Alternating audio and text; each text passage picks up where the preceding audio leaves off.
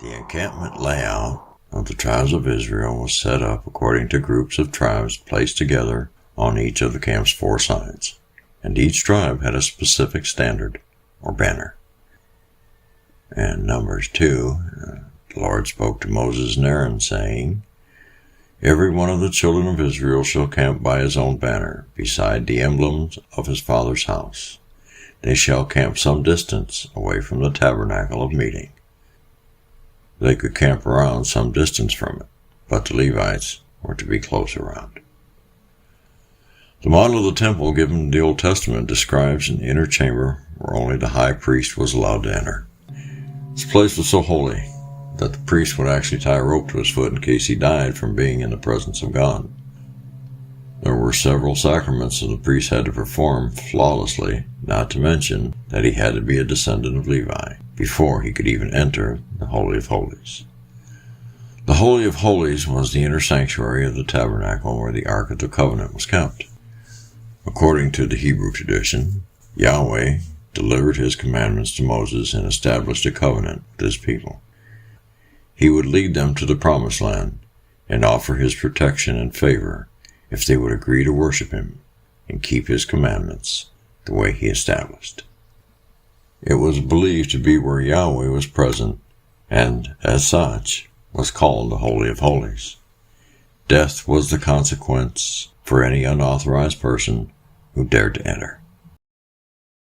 Sounds uninviting, but if you were raised Catholic, you've heard differently. One of the primary and most distinctive features of any Catholic church is a box or cabinet, typically made of gold, placed in the front and center of a church. The exact shape varies, but you will most often find a red vigil lamp lit next to it. Catholics call the box a tabernacle, and it contains the Holy of Holies, which means to them Jesus is present in the Eucharist.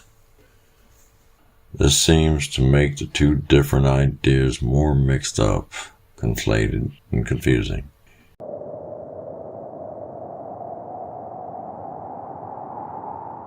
Because from the Jewish teaching within the Ark of the Covenant, which was housed in the tabernacle, is where Moses was to put some of the manna that God gave to the Israelites. And the church turned both the manna and the bread of the presence, a sacrificial offering of bread that was eaten by the priest, along with wine, into one and the same. They've made parallels to the Eucharist that Catholics consume.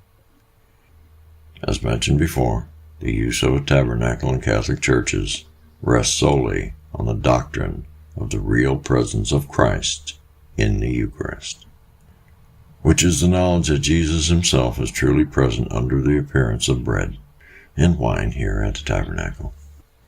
So, in essence, Jesus has replaced Yahweh on the mercy seat. Yeah, and I like that. But the vast majority of believers think that Jesus and Yahweh are still one and the same. To which we say, no wonder we are so confused. Yeah, somebody tell a joke or something.